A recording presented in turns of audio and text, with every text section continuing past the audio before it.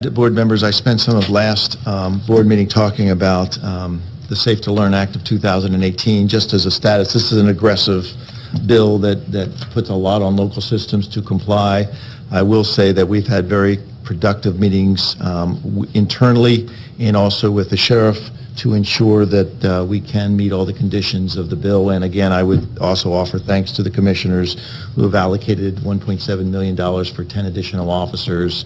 Not only, they would have done it regardless of the legislation. That was the conversations we had with them, the sheriff and I had with the commissioners even prior to the legislation being passed. So they made that commitment well before the legislation. We will have the coverage in place.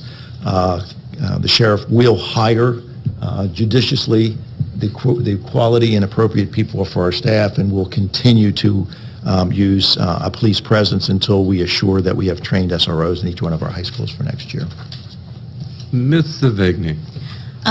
Just on the subject of SROs, I would like to make sure that we continue to coordinate very closely with the Sheriff's Department, and because this really is a new program, we want to make sure that we're using those positions appropriately, that the functions, their responsibilities are in alignment with our core values within the school system. I mean, obviously we want our schools to be safer, but we need to make sure that we do it appropriately. And I will say in response to that is my intent, that is the sheriff's intent, and every meeting I've had with him and the commissioners have indicated that we are in consultation. Dwayne Williams out of our offices is working with his counterparts at the sheriff's office.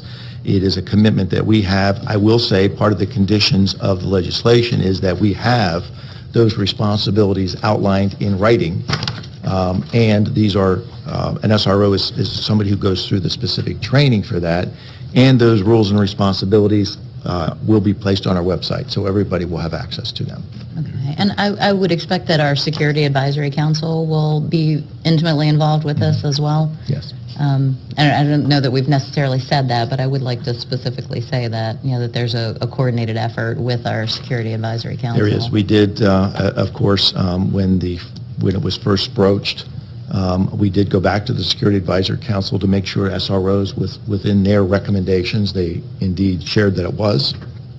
And so, yes, absolutely. Okay. Commissioner? I just want to say safety of our students is primary. I don't care if it's from the Board of Education, it's from the commissioners. Everybody's on the same page here, the Sheriff's Department, of what we have to do. And we know it's not going to be cheap, but it's something we don't have a choice in. We cannot have any unsafe areas in Carroll County, and I think the Board of Commissioners is committed to that. I do want to acknowledge that, and again, just to echo what you said, there are growing pains. We've never had SROs in our schools. We'll plan for everything. We'll have duties and responsibilities, but we'll learn from mistakes. We'll do some things right, we'll do some things wrong, and we'll learn from that. Could you speak to, I know that the commissioners have put extra funds, significant extra funds in the budgets for 20 and forward. I know there is some money that's expected to come from the state, but it's not going to cover anywhere near that amount. Yes, that's a good question. It's an outstanding question that I don't have all the answers to. I do know that the commission has allocated both in 19 and in 20 the equivalent of funds to hire 20 positions throughout the phase-in of this. Again, we'll be phasing this in as the quality people are hired and trained. That is not all. There is some state money available. I still don't have any information of how that's going to be allocated out. I know that there are reports of upwards of $40 million in initial year, this year, to help with implementation, and then a $10 million ongoing amount to offset the cost of SROs. That certainly is not going to come close to covering it if you divide that out over the number of schools, but it certainly will be something coming. But my understanding is that's just going to be an allocation. Board members, any other questions? Ms. Savigny. Mr. O'Neill, I just wanted to double check. So are any of these mandates, are there significant unfunded mandates that are in here? Well, yeah, depending on your definition of significant, yes. There are, and most notably the school safety law. It has significant impact, but there is initial upfront money, and then there'll be some amount of continued money over time, but it will be an impact to local government. There's no doubt about that. Okay, so the Safe Schools Act is... That's the big one. That's the big one, and we're still really up in the air on that. Are there any others of specific note in here that could potentially be quite costly, or? One thing I didn't say when I first spoke is the final report is different than the earlier reports we post in that it has sort of like a CCPS action column, and that's just a general statement, and then staff would take that and turn that into something they do within their departments or at their functions.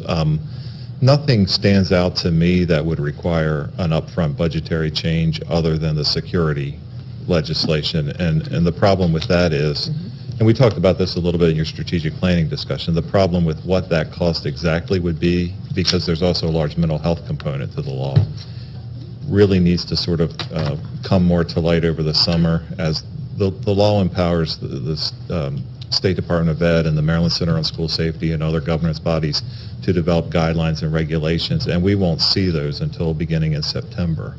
So to determine impact for that, I have a feeling that would be more a conversation that you'll have as you develop your next year's operating budget, tying some specific numbers to that. And anytime you have a mandate that requires more work, there's clearly an organizational impact, but nothing striking me off the top of my head as something where we would change a line item up front for that. Thank you.